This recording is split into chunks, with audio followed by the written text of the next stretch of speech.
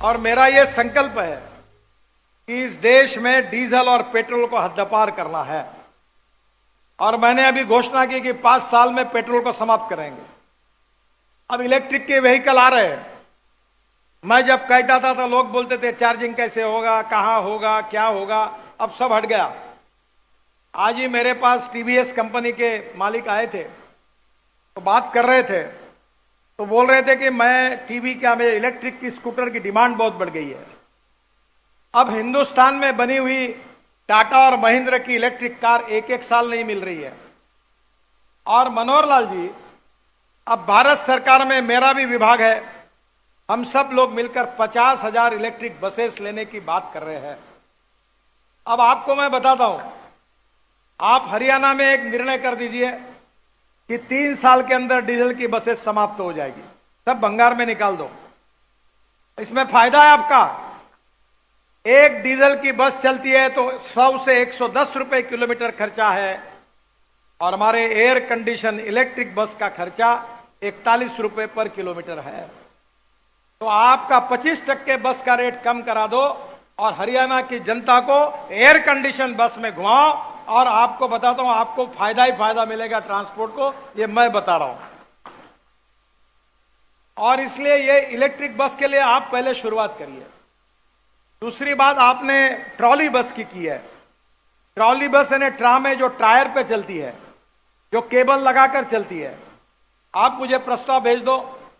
अब आपने भेजा ही नहीं, तो मैंने अपने कॉन्स्टिट्यूंसी में और हमारे जनरल वीके सिंह साहब के गाजियाबाद और नागपुर के लिए पायलट प्रोजेक्ट को प्रस्ताव तैयार कर दिया है। आप भी भेज दो, मैं ट्रॉली बस चला दूंगा। उसका टिकट 41 रुपए से भी 30 रुपए किलोमीटर आएगा, क्योंकि उसमें लिथियम आयन बैटरी की जरूरत नहीं है, और सब बसेस एयर कंडीशन होगी। और मेरा यह प्रयास है, जिस पर मैं बहुत कंपनियों से बातचीत कर चुका हूं, कि जहां से आप इस रोड पर आए, यहां से मुंबई तक मैं उसको ई हाईवे बनाना चाहता हूं, इलेक्ट्रिक हाईवे, ताकि यहां इलेक्ट्रिक का ट्रक अब मैं लॉन्च कर रहा हूं। 40 टन का माल जाएगा ट्रक इलेक्ट्रिक का, ट्रैक्टर इलेक्ट्रिक का। अब आने वाले समय में बसेस इलेक्ट्रिक की, कार इलेक्ट्रिक की, स्कूटर इलेक्ट्रिक की।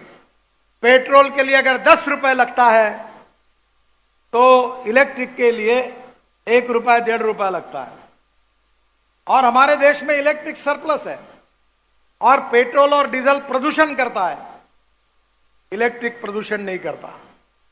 मैंने तो तय कर दिया है कि मैं अब डीजल पेट्रोल की गाड़ी में बैठता ही नहीं, मैं इलेक्ट्रिक गाड़ी में बैठता हूं। अब इथेनॉल के गाड़ी में बैठता हूं, और मेरे घर पर शायद आपको मैंने दिखाया ग्रीन हाइड्रोजन, पानी से हाइड्रोजन निकाल कर चलने वाली गाड़ी में बैठता हूं, जिसमें मैं हरियाणा को आपको कहूंगा कि हमारे किसान जो है वो देश के लिए अन्नदाता है। पर मनोहर लाल जी और दुष्यंत जी, आपको दोनों को मैं प्रार्थना करूंगा, मैं भी किसान हूं। अब ये गेहूं चावल लगा के किसान का भला नहीं होने वाला है।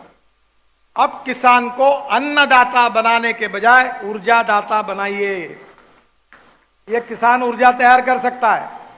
एक कुएं से पानी निकलेगा, पंप से पानी शुद्ध होगा, और 1 करोड़ का इलेक्ट्रोलाइजर लगाकर वो पानी से हाइड्रोजन और ऑक्सीजन अलग होगा।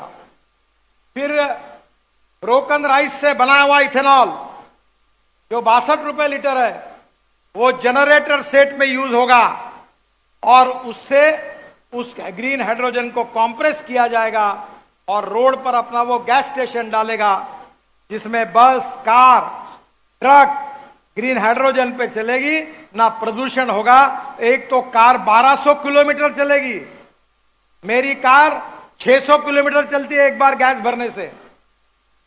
ये सबसे सस्ता है। हवाई जहाज इसके ऊपर चलेंगे, इसके ऊपर रेलवे चलेगी, और इसके ऊपर फैक्ट्री चलेगी। कोयला, पेट्रोल, ऑयल बंद हो जाएगा। और मैं उन नेताओं में से नहीं हूं कि जो बोलता है केवल। जिसको डाउट होगा उसको मैं बोलता हूं आ जाओ, मैं सब प्रयोग करता हूं। मेरे लेबोरेटरी में सब गाड़ियां हैं, और आपको सिद्ध करके दूंगा। मैं 2 lakh litre ethanol per day तैयार करता हूं।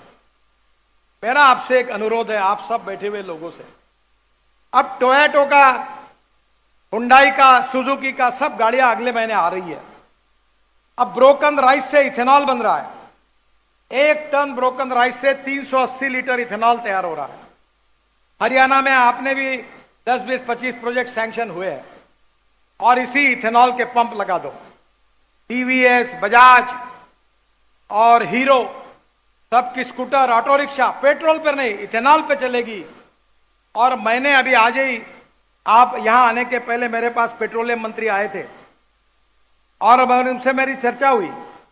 मैंने रशिया से साइंटिस्ट लाए और इथेनॉल की कैलोरिक वैल्यू, यानी इथेनॉल का एवरेज जो था वो पेट्रोल की तुलना में इथेनॉल ज्यादा लगता था।